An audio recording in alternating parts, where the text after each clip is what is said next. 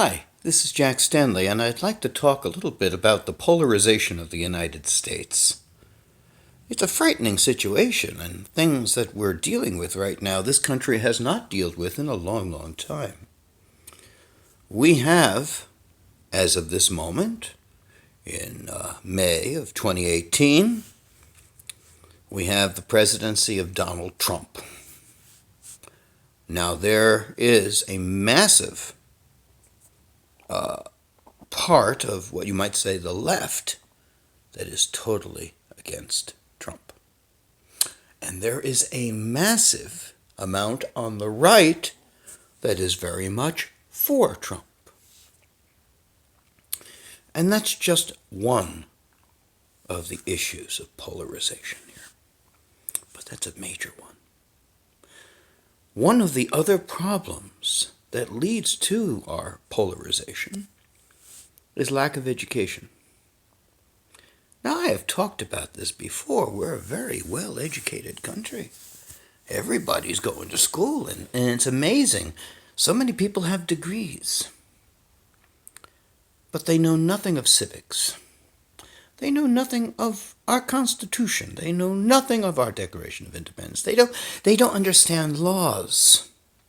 And yet, they are willing to promote an agenda to fight laws that they don't understand.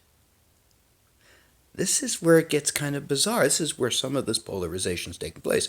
And this is on the left and the right.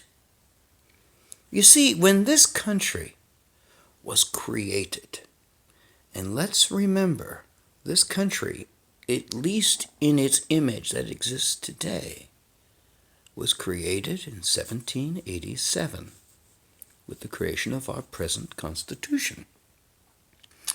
The Constitution was developed without political parties.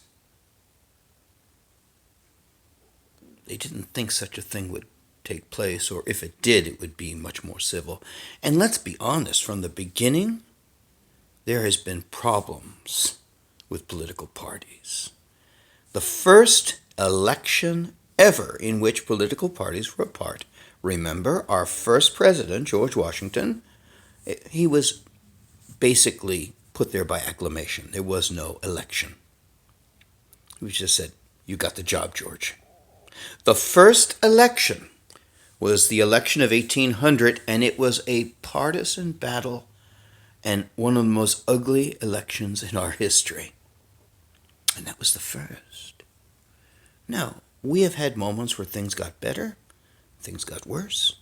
In the United States in the 1820s, 30s, 40s, and 50s, leading up to the American Civil War, we were on partisan grounds with different and very, very frightening ideologies. In this case, it was the North and the South, talking about slavery. Now, slavery was a big deal. It was a big problem. And a lot of people wanted to get rid of it, but they didn't know how. A lot of people had so much money invested in it, they didn't know how to get out of it. Just take a look at Thomas Jefferson, for instance. Now, I'm not coming to Jefferson's defense because I find a lot of his thoughts and his theories and his feelings about African Americans deplorable, the things that he wrote privately.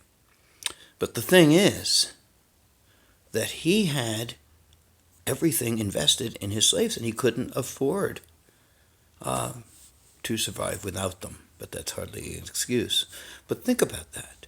I mean, a lot of the South had their slaves, and every cent they had invested.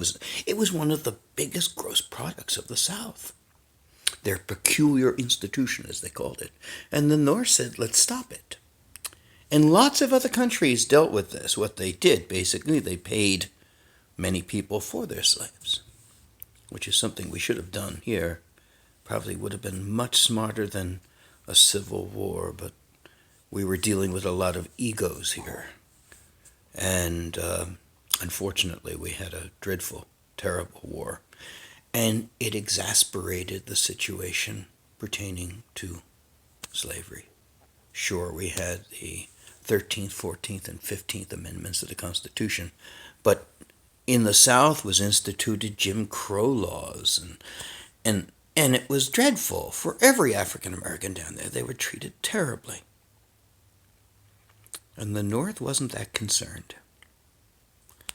Now we are in a situation, and we have been for perhaps the last 20 some odd years, of a very polarized situation dealing with rights, immigration, laws, speech, freedoms, and it's getting tense.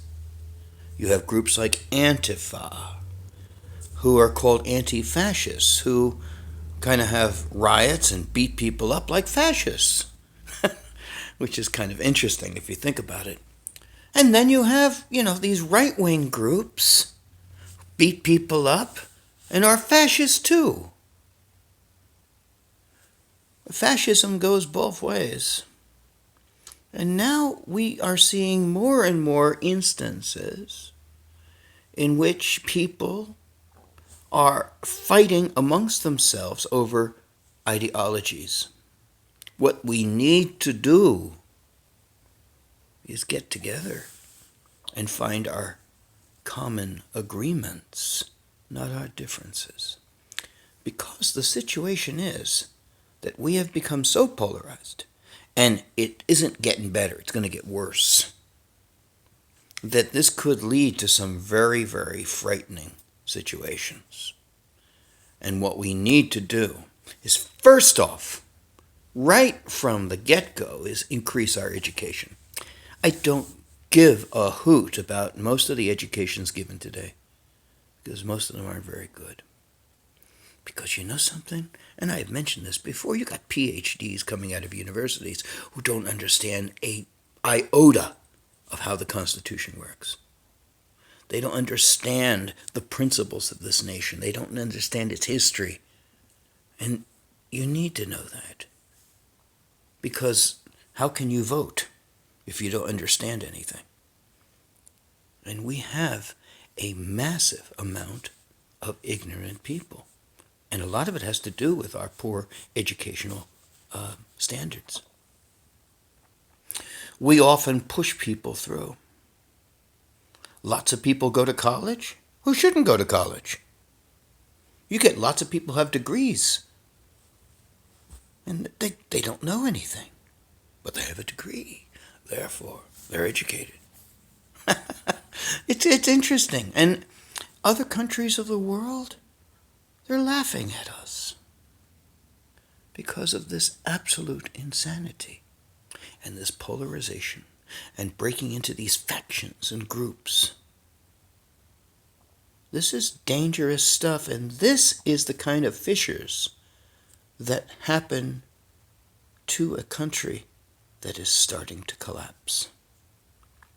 Because all of the special needs groups are coming out of the woodwork. And everybody wants, no one wants to give. And slowly but surely, this country was created by brilliance, will be eaten alive by the people that reside within it. And the carcass will eventually just collapse. That's an unfortunate truth. And I do believe that'll happen sooner than later. Because right now, the United States is in trouble. Right now, our educational prowess is frightening. Right now is the time to bring back civics in schools. Education should indeed instill into young minds the understandings of government, the understandings of the Constitution, why we have a Constitution, why we got rid of the Articles of Confederation, why we have a Bill of Rights, and why we should have freedom of speech. These are important things. And you know something? We should scream this out loud every day. I'm a concerned citizen. But, I'm just one voice in a sea of voices. It's time for all of us to get up and say, enough. I want my country back. I want my amendments untethered from special interest.